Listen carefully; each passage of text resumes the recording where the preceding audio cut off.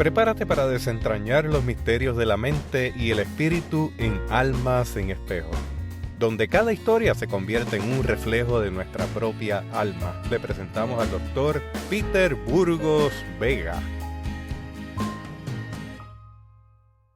En algunas ocasiones se ha asociado la personalidad narcisista a nivel espiritual con lo que es la operación de las tinieblas. Y en muchas congregaciones o iglesias hay personas que, conociendo esa vulnerabilidad, toman ventaja de ese acceso, en particular personalidades narcisistas. Y es muy alarmante porque algunas personas no saben discernir entre lo que es espiritual y lo que es personalidad narcisista. Porque la personalidad narcisista, una de las raíces a nivel psiquiátricas es que no vincula, no conecta. El narcisista no llega a tolerar dicha disciplina. Antes que algo así, bíblico, suceda, ya te dividieron la congregación. Wow.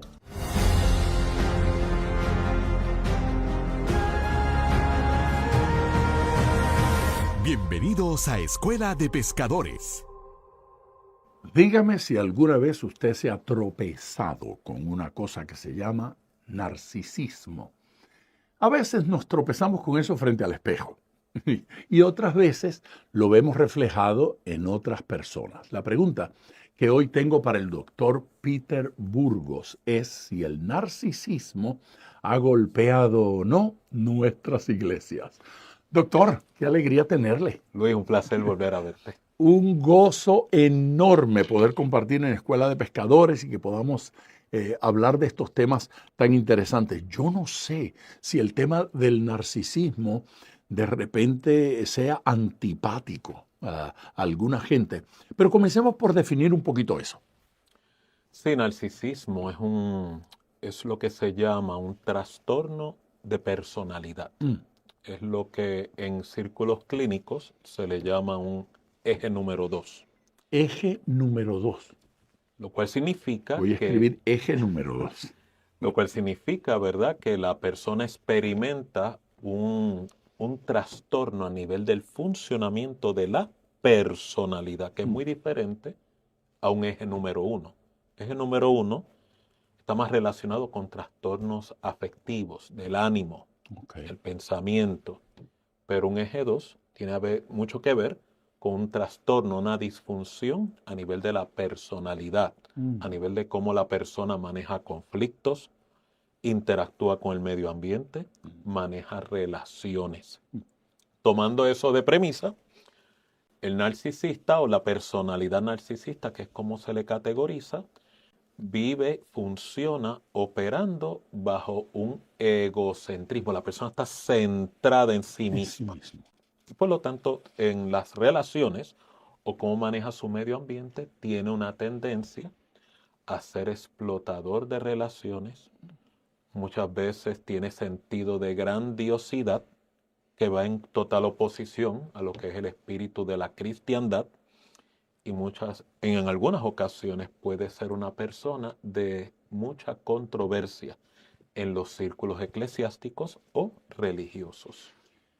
Doctor Peter Burgos, tal vez estamos en el día de hoy abriendo la caja de Pandora. Ese tipo de cosas que resistimos la idea de aceptar que me pasa. Resistimos la idea de aceptar que pasa en la iglesia. Queremos negarlo. Pero ¿ha visto usted este problema, esta disfunción, este trastorno dentro de la iglesia? Sí, ha ido en incremento. Hace 10 años atrás o 15 podía más ser notable entre los congregantes a bajo perfil. Pero en los tiempos en que vivimos, esta cultura en la cual muchas personas buscan lo que es ser centro de atención, poder promover su identidad, y algunas otras personas de manera desmesurada, buscando algún tipo de estatus, el ambiente eclesiástico se ha convertido en algunas ocasiones como plataforma de ascenso entre congregantes, líder hasta plataforma ministerial, donde se da culto más a la personalidad que hacia la figura de Cristo y el Evangelio. Ah, Y es muy alarmante porque algunas personas no saben discernir entre lo que es espiritual y lo que es personalidad narcisista. ¿Por qué? Porque narcisismo viene de un vocablo que está asociado a máscara. O sea, la persona enmascara la personalidad a través de un trato favorable, una imagen positiva, pero una vez que usted tiene la oportunidad de interactuar, conocer y adentrarse a ese individuo o a esa persona, descubre que a nivel del funcionamiento, a nivel de las relaciones, puede ser atropellante, puede tener un estilo dictatorial, puede ser explotador, abusivo o inclusive en casos extremos, robarse o tomarse gloria, reconocimiento que no le corresponde. Wow. O sea, compite en buscar prominencia que es exclusiva para Dios. la forma de lograrlo. Usted dijo hace un rato que años atrás lo veía más en el pueblo, que más recientemente ha comenzado a verlo incluso en el púlpito. Eso me sugiere la idea de que la persona va a disfrazarse de autoridad espiritual. Correcto. Va a utilizar la autoridad espiritual como una excusa para justificar y promover la venta de sí mismo. Resulta que el ambiente eclesiástico y lo que es la naturaleza del ministerio y el aspecto de las relaciones a nivel congregacional es un ambiente favorable para el narcisista poder encumbrarse. ¿Por qué? Porque hay pobres fronteras. Pobres fronteras significa que no limito, que doy acceso, que permito. Le otorgo sea por fe, le otorgo por hermandad unos privilegios, unos accesos sin probar carácter. Wow. Le otorgo una inclusión sin medir credibilidad o testimonio.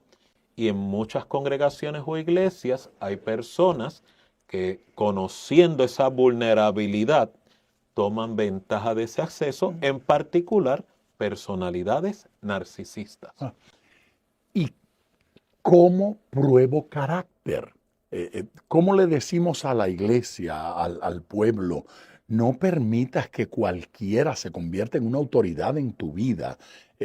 ¿Qué debo hacer? ¿Qué preguntas debo hacerme? ¿Qué debo observar en una persona para decir, no tiene el carácter como para concederle? Me preocupa, mientras conversamos ahora, que en la iglesia cristiana elegimos líderes sobre la base de talentos. Este canta, este habla bonito, tiene linda personalidad, es muy inteligente, debe ser diácono. O nombrémoslo líder del ministerio de los hombres, las mujeres, lo que sea. Buscamos talento, pero carácter a menudo lo ignoramos. El fruto del Espíritu pasa a un segundo plano. Lo importante es que tenga ciertas cualidades. En este probar el carácter, ¿qué debo tener en cuenta? Una iglesia con tendencias saludables debe establecer lo que se llama un discipulado. Y cuando hablamos de discipulado es medir la estructura del carácter. Wow. Por ejemplo, cómo la persona maneja lo que es asumir responsabilidad en sus relaciones, en el hogar, en el rol ministerial que se le haya delegado, que puede ser hasta una persona que cuida en el estacionamiento a las visitas, como que puede ser hasta la persona que preside desde el púlpito.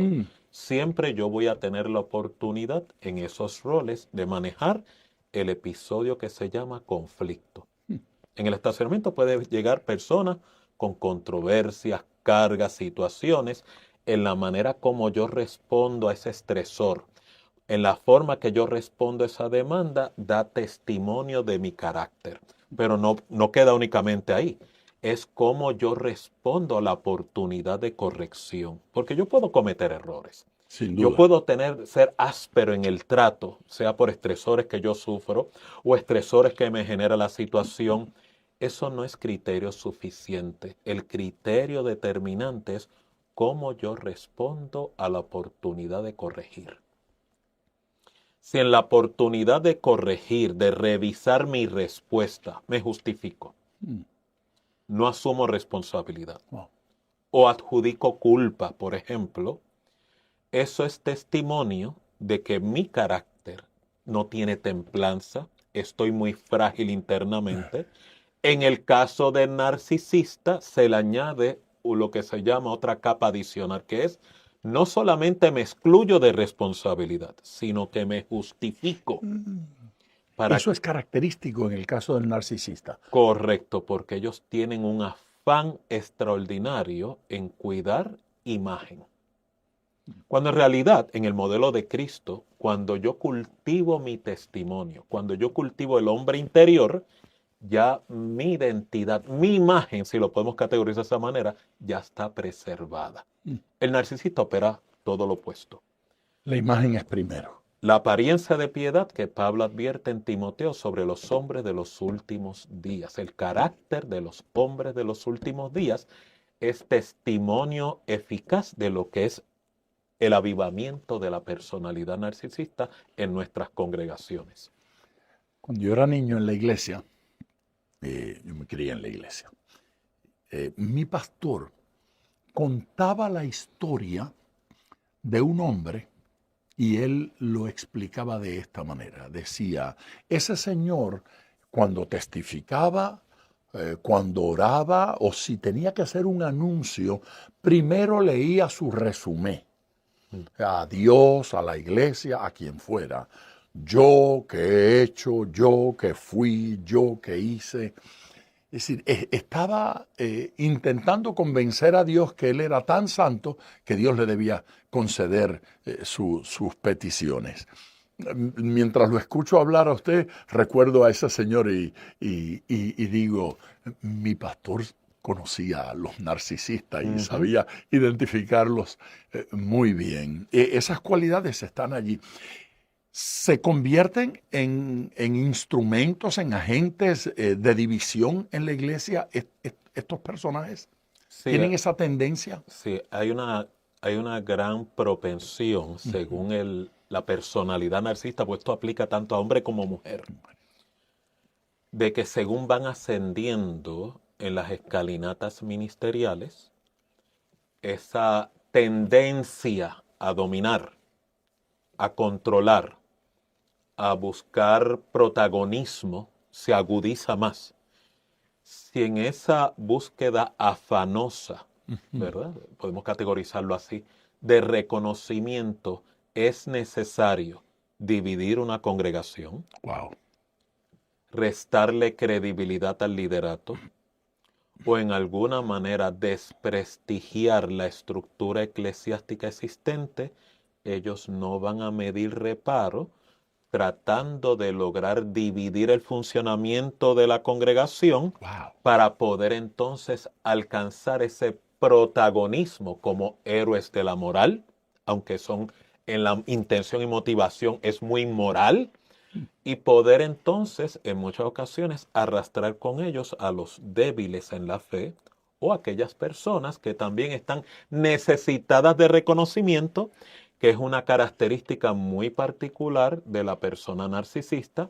Se relaciona con personas de carácter débil, manipulables, frágiles emocionalmente, porque entienden que pueden dirigirlos. Que es muy diferente cuando tú tienes una persona que pueden diferir en criterio, pueden diferir en opinión y pueden mantener lo que se llama la coinonía relacional, porque hay un fruto espiritual operando en la transacción. En el narcisista no.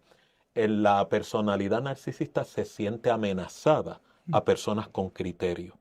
A personas que son, ¿verdad?, inconmovibles en sus valores. Por lo tanto, o los mantienen alejados, y si no pueden mantenerlos alejados, tienen ataque frontal, como, ¿verdad?, en alguna manera... Es mi enemigo. Exacto, debilitar su testimonio, y en muchas ocasiones lo hacen a través de señalamientos y acusaciones fraudulentas. O sea, hay una motivación sumamente destructiva, deshonesta, detrás de esta personalidad. Mienten. son capaces de mentir Están y dispuestos. sin ningún tipo de distorsión. Es posible que hasta lo pongas en un polígrafo y salgan como que, ¿verdad? No están mintiendo Sí. Es un porque santo. exacto, porque han perfeccionado la técnica de la distorsión. Por eso es que a nivel psicológico, a nivel psiquiátrico, son personas de alta peligrosidad social, al punto que en muchas ocasiones se le puede describir como psicópatas A ese nivel. a ese nivel. No en todos, pero Sí, en algunos casos. casos llegan allí.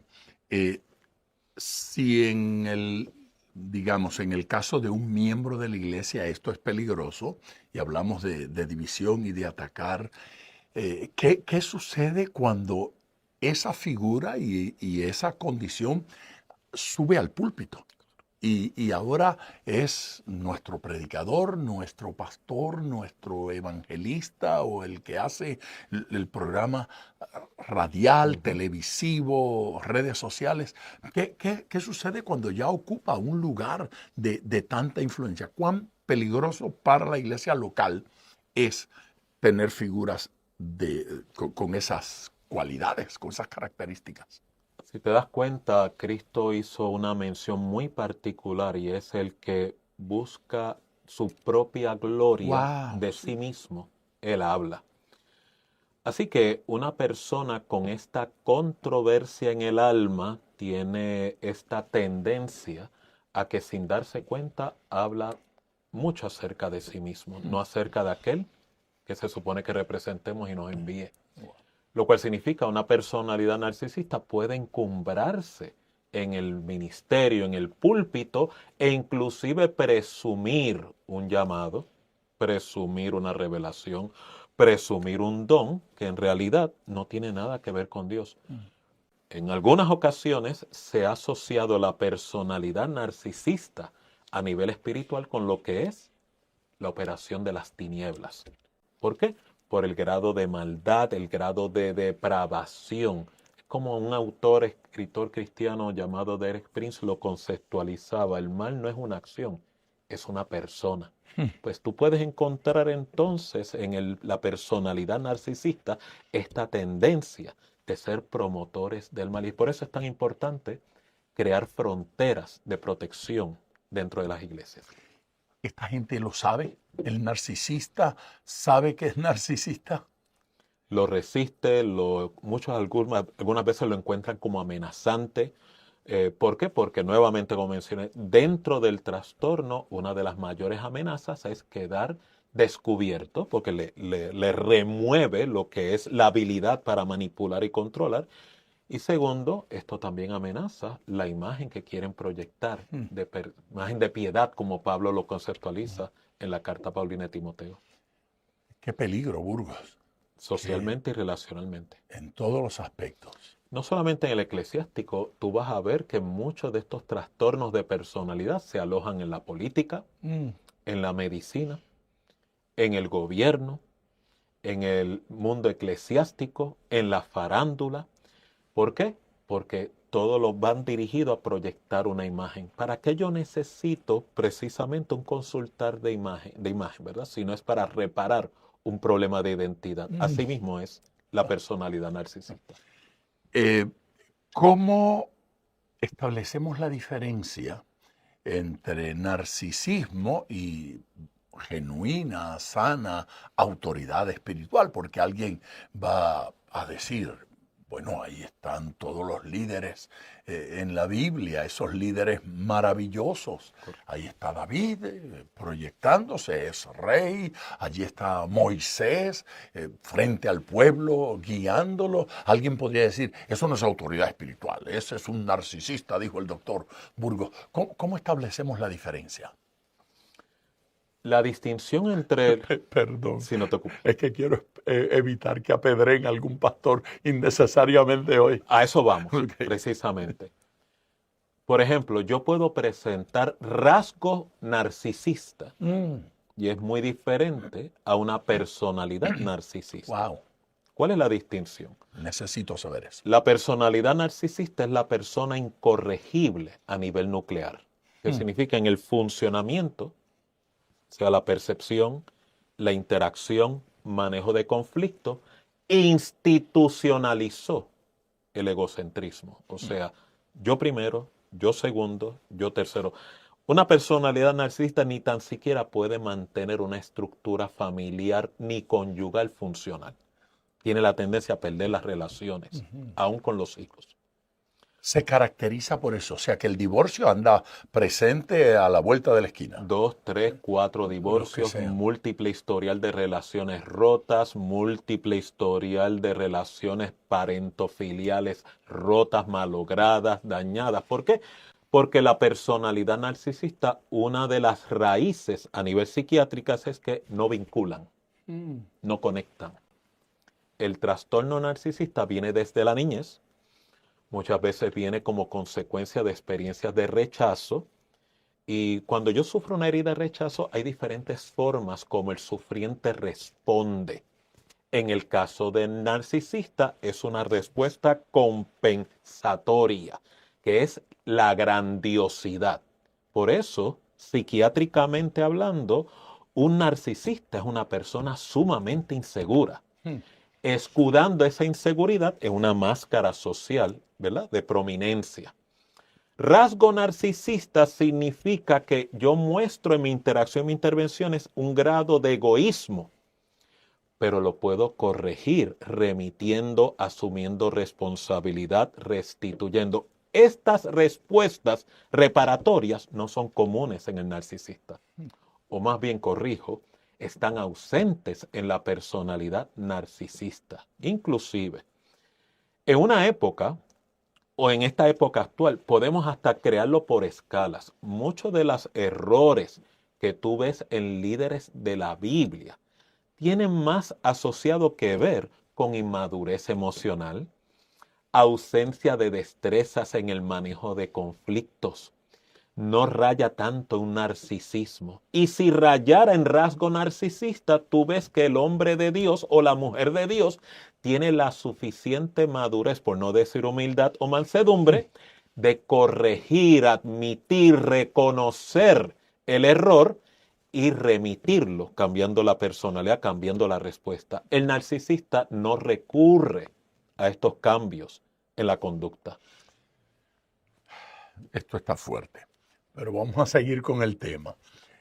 Usted hace un rato dijo que el narcisismo acompaña a las personas desde la niñez. Y eso inmediatamente provoca en mí una pregunta. ¿Qué pasa con el narcisista que nace de nuevo? Ese que desde la niñez viene golpeado y que ahora se convirtió al Señor, nace de nuevo. ¿Qué debe suceder con su narcisismo y qué debemos hacer cuando vemos que ese que se acaba de convertir trae esas... regularmente un pastor más o menos va a saber qué hacer con aquel ladrón que se convirtió. Con aquella ramera que se convirtió, con aquel abusador sexual que se convirtió y lo va a tratar y lo va... ¿Qué hacemos con el narcisista? Esta es una pregunta muy particular porque el narcisista cuando entra en esta experiencia llamada conversión o el nacimiento nuevo, como muy bien lo describiste, en vez de ser un nacimiento nuevo, en muchas ocasiones se convierte en que utiliza a Dios como un accesorio. Wow, otro accesorio. Una relación que yo puedo utilizar y explotar. Y no es tanto una relación con Dios, sino la relación asociada con Dios. Por eso es que tú vas a encontrar en esta época una gran invasión de narcisistas en nuestras congregaciones o iglesias, porque muchos llegan porque tienen crisis y conflictos, por ejemplo, en la relación de matrimonio, relación de familia. Muchos ya llegan a nuestras iglesias con una pérdida devastadora de credibilidad. Y el narcisista, para poder mantener en la manipulación o el dominio relacional, es como cuando lo traen a la consulta psiquiátrica o psicóloga. Clínicamente, un narcisista es resistente a las terapias. Por eso la prognosis es bien pobre en cuanto a recuperación. Pero tú encuentras un narcisista llegando a la consulta de la consejería, la psiquiatría, la psicología, no por voluntad propia, sino como unas condiciones para poder retener la relación. Ya. Sí, mi esposa me dijo, si no vas al psicólogo, si no vas al psiquiatra, si no aceptas, No continúa la relación. No. Pues el narcisista, está obligado. Si él interpreta que esto ese puente de ayuda le permite tiempo de extensión de esa relación, que muchas veces es una relación de maltrato, una relación de violencia, Son violentos. una relación de dominio, una relación de anulación, pues si ellos interpretan que pueden perpetuar esa relación a través del recurso de ayuda, ellos la van a recibir, la van a admitir, pero no para repararse ellos, sino para ganar tiempo en retener esa relación o lograr recuperar una credibilidad que perdieron. Cuando ese narcisista se ha convertido en un líder religioso, ahora tiene un micrófono y una multitud que lo aplaude, fomenta la dependencia espiritual. Totalmente, no son promotores de que pueda el congregante tener una relación de dependencia directa con Dios. Tiene que depender de mí. Tiene que ser depender. Y por eso muchas veces asumen unos roles que no necesariamente son bíblicos, como una paternidad ausente, muchas veces, ¿verdad? Como una persona que es entre la persona, el congregante y Dios, yo soy el intermediario tuyo. Algunos hasta toman prestado ministerios que son legítimos, que son de gran edificación, como la profecía, el profeta, para poder encumbrarse en esa imagen, ¿verdad? En la cual les da una credibilidad ciega entre muchos de los congregantes, pero nuevamente lo utilizan como un medio de explotación. Cuando digo explotación es poder maximizar recursos de las personas para beneficio personal o propio. Juan, el apóstol, en sus cartas, es agresivo contra falsos maestros, falsos profetas, falsos apóstoles, figuras que han centrado en sí toda la atención, y es fuerte en aconsejar echarlos de la iglesia.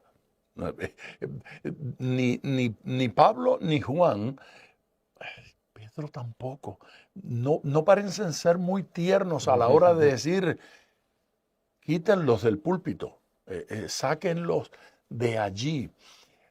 ¿Cuán tolerantes debemos ser con un narcisista en el púlpito? No solamente eso de que pueda ser en alguna manera removido, lo que pasa es que en la gran mayoría de las situaciones el narcisista no llega a tolerar dicha disciplina. Antes que algo así, bíblico, suceda, ya te dividieron la congregación. Wow. Y es por eso que tú vas a ver, o históricamente ves, que muchas de estas personalidades levantan congregaciones de divisiones, de ministerios que en alguna manera arruinaron, rompieron, sabotearon y crearon su propia audiencia, ¿verdad? O cautivaron una audiencia o establecieron lo que se llama una quinta columna dentro de la misma congregación. Son como balas perdidas. Por eso, ¿verdad? Es tan importante lo que es el discipulado, lo que es el rendir cuentas, porque en ese trámite usted va a encontrar la personalidad narcisista resistiendo. Me someto, pero protesto. Me someto, pero resisto. Hasta que llega un momento, no me someto más. Cuando logran esa influencia, cuando logran dividir la iglesia, cuando logran minar la credibilidad, y muchas veces no lo hacen de manera bíblica, que es en un diálogo uno a uno. Muchas ocasiones utilizan satélites, personas frágiles, personas que son leales a la personalidad narcisista, para poder transmitir esa división. Eventualmente dividen congregaciones. Interrumpo este podcast para comentarle algo muy importante. La biografía autorizada de G.J. Ávila, un libro que me honro en decirles, soy el autor, ya está corriendo por todo el mundo hispanohablante. Suramérica, Centroamérica, el Caribe, Estados Unidos, obviamente Puerto Rico. Lo tiene en las librerías cristianas, en las librerías no cristianas y lo puede encontrar a través de las redes sociales. Amazon y algunas otras empresas que venden a través de las redes sociales lo tienen. Es un libro especial. La vida, el ministerio, cuento milagros maravillosos que usted no va a leer en ningún lugar. Más de 150 personas entrevisté y comparto aquí el Gille que ellos conocieron. Adquiéralo hoy. Yo pastoreé por 20 años en la ciudad de Arecibo, en Puerto Rico. 1974 hasta el 1994. Y de allí Dios me trajo a Miami.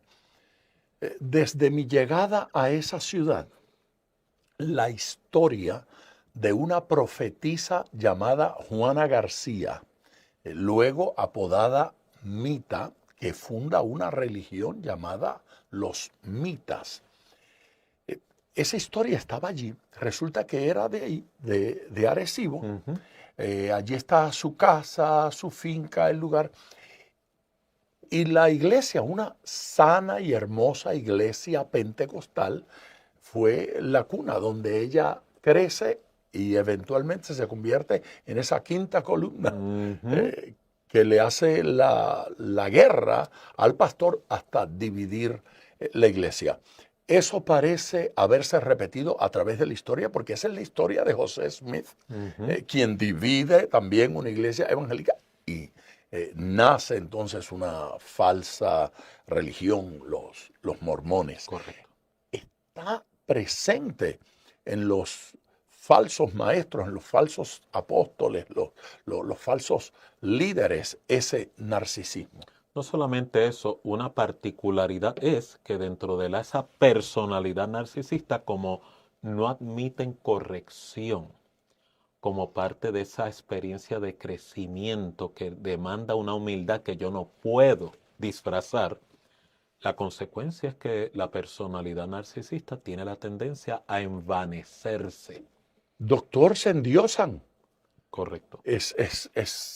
Que es la culminación de la saturación del ego. Sí, me envanezco. Sí, llega la máxima expresión es donde ya soy mi propio Dios. Inclusive invento mis propias profecías. Inclusive la misma Biblia advierte que Dios, cuando ve que la persona llega a tal extremo y condición, Dios mismo los entrega a ese espíritu de error, si se le puede categorizar así, o de envanecimiento. Mente reprobada. Mente reprobada, precisamente porque es la culminación de años el Espíritu Santo tratando con la persona para que entre en un estado de arrepentimiento, y ante la resistencia perpetua del individuo en contra de Dios, Dios entonces, como dice la Escritura, los entrega a esa mente reprobada. No como una sentencia de castigo, sino porque esta es la tendencia dominante y ya marcada en el corazón de la persona. Dios no quiere que la gente vaya al infierno, pero se los permite. Ellos caen en esa condición. ¿De qué debemos estar atentos? ¿Hacia dónde debemos colocar nuestros ojos? La pregunta es, ¿por qué el narcisismo encuentra terreno fértil en el ambiente religioso, en la misma iglesia? Sí, si te acuerdas, cuando iniciaste el programa, tú hiciste una mención muy particular. Hay ministerios que van en ascenso y necesitan recursos. O cuando la iglesia está en desarrollo, necesitan voluntariado. El narcisista ve esta oportunidad como una buena plataforma para poder ir en ascenso sin que no haya tanto cuestionamiento de la parte del carácter de la persona. Algunos pastores involuntariamente o inconscientemente o por desconocimiento no conocen sobre esta enfermedad del alma, enfermedad de la mente. Acuérdate que muchas de nuestras congregaciones técnicamente son hospitales del alma. Y se cuelan personas con heridas, con trastornos, con traumas, con una buena apertura a la sanación. Y también hay personas que llegan a nuestras iglesias que no tienen ninguna intención de cambio. Entre ellos, el narcisista. Por lo tanto, si muchas veces el ministro, el líder, en el afán de poder adelantar la obra de Dios, ¿verdad? Que se puede pensar que es una actitud noble, sacrifica carácter y personalidad, en ese afán puede terminar ministerialmente decapitado por el narcisista. Cuando las cartas apostólicas hablan de diáconos, hablan de ancianos, de pastores, de ministros, todo el énfasis es en carácter. Los requisitos ministeriales poco tiene que ver con talento y capacidad, mayormente tiene que ver con carácter. Erramos en la iglesia cuando quitamos el énfasis en carácter y lo colocamos en dones, talentos y habilidades. Precisamente porque muchos ministros ascienden en la experiencia ministerial en el afán de adelantar la obra de Dios sin tener la oportunidad de trabajar en el fruto espiritual. Por eso una característica bien particular de la personalidad narcisista es que no tolera escrutinio. Así que lo que tú acabas de mencionar es clave para poder discernir estos espíritus, discernir estas personalidades. ¿Por qué? Porque cuando tú comienzas a hacer el escrutinio básico, son evasivos, son evasores, tienen la tendencia a encubrir, tienen la tendencia a mentir, o, si es posible, pueden manipular la opinión de familiares, pueden manipular la opinión de amistades, lo que se llama crear una imagen alterna para poder lucir aprobados. ¿Debemos confrontarlos? En muchas ocasiones es necesario porque en esa afán de poder proyectar una imagen que no es, pueden recurrir al fraude, tanto económico como el fraude relacional, como la explotación de recursos tanto en la iglesia como en lo personal. Inclusive hay, ¿verdad? Hay testimonios, hay evidencia, mucha gente me ha escrito que también hay explotación sexual, explotación afectiva, explotación sentimental, explotación, exacto, infidel. ¿Por qué? Porque el narcisista no se nutre de una comunión con Dios, sino de la explotación de recursos y del congregante. ¿Qué hace el pastor con el miedo a la división a la hora de tener que enfrentar un individuo con estas características, que a fin de cuentas es un líder, y ya comienzo a sospechar que si lo enfrento voy a perder 3 buenas familias?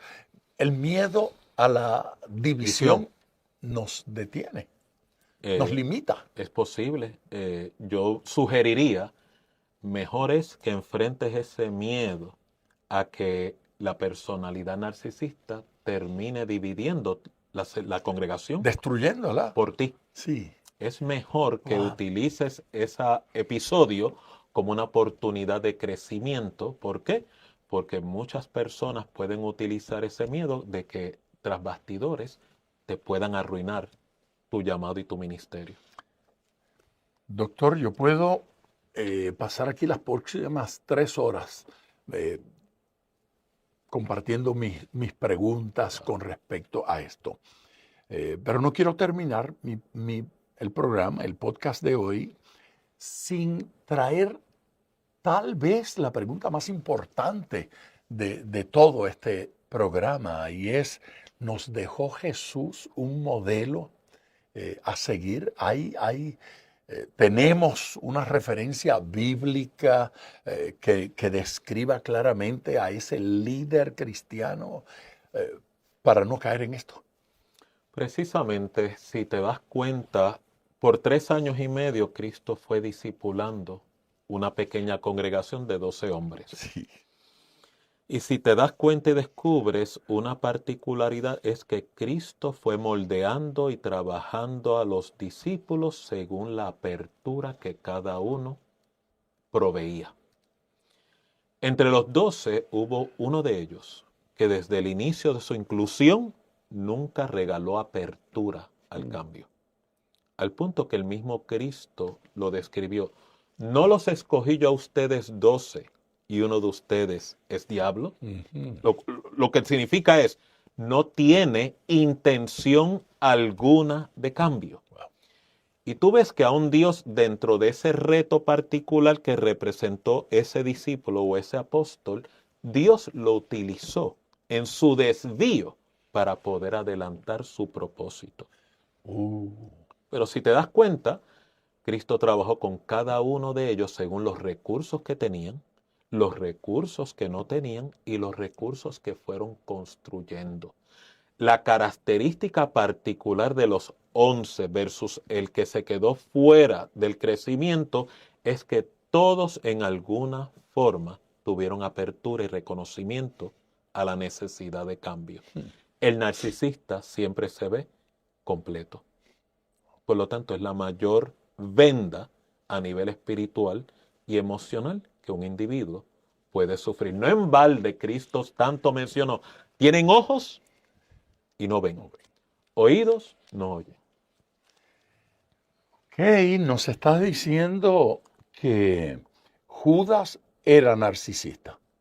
Si te das cuenta y vas descubriendo, lo que reinaba en su interior era el ego. El ego. Y no solamente la ambición del ego, sino que Satanás lo doblegó y lo utilizó por su vulnerabilidad. Si te das cuenta, y esto lo hablaba con una persona en el camino esta mañana, tú tienes a este ministro, Judas, que es el encargado de las finanzas del ministerio de Jesús. Yo sospecho que desde antes Judas tenía controversia con la avaricia.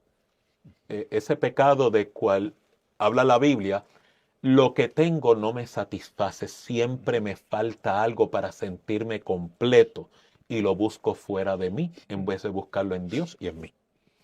Cuando le dan acceso a la bolsa de la ofrenda, tuviste un episodio donde una mujer tuvo un alabastro de perfume, lo impartió al Señor y él fue verbal cuando dijo, esto se está desperdiciando, cuando se pudo haber vendido y dárselo a los pobres. Pero el mismo autor de la Biblia dice, él no estaba interesado en los pobres. Su interés era el dinero, la avaricia. Qué ironía de la vida. A través de esa vulnerabilidad no rendida a Dios por su culto al ego, fue la puerta que Satanás utilizó. Cuando dice Juan en el Evangelio, y Satanás puso en el corazón de Judas entregar a Jesús. O sea, no es que se lo impuso, él solamente le puso el estímulo. Judas fue el que abrió la puerta a esa entrada cuando comió el bocado de pan indignamente. Y ya usted conoce el resto de la historia. Ese es popular. ¿Es pecado el narcisismo? No solamente lo categorizaría como pecado, es la mayor expresión a nivel de persona de lo que es la maldad. ¿Por qué? Porque involucra mucha conspiración. Cuando hablamos de conspiración es que la persona medita, planifica, invierte recursos de cómo arruinar a otros para poder prevalecer. Cómo prevalecer en controversias, cómo salir justificado sin emplear justicia, cómo salir prominente o sin la imagen, ¿verdad?, fatigada, aunque arruina la reputación de otros. O sea, es la manifestación del mal personalizada. Por lo tanto, a mí no me sorprendería que tales personas sufran una severa contaminación a nivel espiritual. No lo voy a dejar irse sin hacer esta pregunta. Yo dije que la más importante era la que hice hace un rato. Ahora voy a decir que la más difícil es la que voy a hacer ahora. ¿Hay sanidad para el narcisista? ¿Hay salida? Aquella persona que en este instante nos escucha y dice, yo me siento un poco así, yo creo que me están retratando. Esta gente está retratando cosas que pasan por mi mente, que pasan por mi corazón, no sé en qué etapa, ¿verdad?, de su desarrollo. Pero hay sanidad para el narcisista. ¿Qué tiene que hacer? Háblele, que está ahí pegado a la cámara. Bueno, lo primero, ¿verdad?, que quiero dejar claro para evitar ansiedad en las personas. No toda persona es un narcisista. Así que tenga mucha precaución en categorizar. ¿Por qué? Porque aún a los especialistas de la salud mental se nos requiere una evaluación, un criterio para poder determinar si tal trastorno está operando. Así que sea muy cauteloso en no juzgar, ¿verdad? Y categorizar a las personas. Eso no resta de que la persona puede presentar comportamientos que usted necesita intervenir. Ahora bien, un narcisista, la crisis de salud del alma de un narcisista es el encumbramiento del ego. Y si usted conoce al Dios de la Biblia, Él advierte, el que se ensorbece, el que se ensalza, tiene que ser humillado. Muchas veces cuando un narcisista se convierte a Cristo, lamentablemente para ellos, Dios tiene que quebrarlos. Como nos quiebra a todos nosotros, sí, para poder servir adecuadamente. El narcisista tiene una particularidad, a diferencia de un creyente, si se le puede llamar promedio o normal. El que es quebrantado coopera en el proceso de quebrantamiento. No entra en disputa con el alfarero. El narcisista puede entrar en disputa con el alfarero. Resiste. Y en muchas ocasiones es un combate en la cual Dios en su eternidad, omnisciencia ve, esta persona no va a doblegar el ego. Esta persona me resiste. Y la Biblia advierte que si yo resisto a Dios, Dios me va a resistir a mí. Y es por eso que en algunas ocasiones, y no estoy hablando esto como, ¿verdad?, un fundamento, un absoluto, sino en mi limitada experiencia subjetiva, he visto que muchas personalidades narcisistas que se convierten al Evangelio y aceptan a Cristo como Salvador, si no doblegan el ego, que lamentablemente es la mayor batalla, muchas veces Dios los manda a buscar en tiempo y fuera de tiempo. ¿Por qué? Porque muchas veces resisten el nacimiento nuevo. Entran en lo que se llama una religiosidad, cuando lo que están buscando es un nacimiento nuevo en Dios. Gracias, Burgos, por aceptar nuestra invitación. Gracias por haber compartido esto. Me parece que esto es enriquecedor, todo lo que hemos escuchado en el día de hoy. Creo que a usted, como ministro, como hijo de Dios, como siervo o sierva del Señor, todo esto que hemos escuchado del doctor Burgos le debe haber nutrido, le debe haber enriquecido. Yo siento que comí hoy y que aprendí mucho y que recibí muchas cosas buenas. Si cuando se miró en el espejo en el día de hoy, sintió que de alguna forma aquí había sido retratado, ríndase. Vaya a los pies de Jesús para decirle al Señor, tengo una sola alternativa y es morir y nacer de nuevo. Hay que desechar todo esto. Este es un buen día para decirle a Jesucristo, te necesito.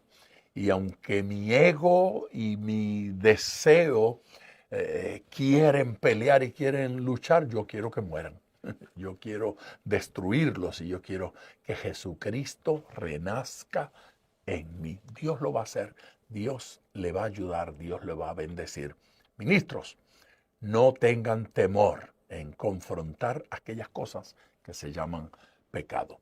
Por favor, déjenos su comentario allí en la descripción de este programa. Vamos a incluir la forma en que usted se puede comunicar con el doctor Burgos. Es posible que alguien diga, yo necesito esa administración en mi iglesia o yo necesito en lo personal conversar con él. Bueno, aquí en la descripción del programa, en el día de hoy, vamos a dejar esa data para que usted pueda relacionarse de alguna forma con el ministerio del doctor Burgos. Para mí ha sido una bendición. Gracias, pastor. Gracias por venir. Un honor poder estar aquí nuevamente. Gloria a Dios. Ya tenemos que planificar el próximo programa. Así será, Luis. Nuestra gente quiere que usted nos acompañe y yo también. Gracias. Un abrazo. Hasta la próxima. Hasta aquí, Almas en Espejo, el espacio donde profundizamos en las complejidades del ser humano y exploramos las conexiones que dan forma a nuestras vidas. Cada semana, el Dr. Peter Burgos Vega nos brinda enseñanzas y consejos para iluminar nuestro camino hacia la comprensión y el bienestar emocional. Te invitamos a compartir este episodio desde tu aplicación de podcast favorita. Tu apoyo nos ayuda a llevar el mensaje de reflexión y sanación a más almas en busca de espejos.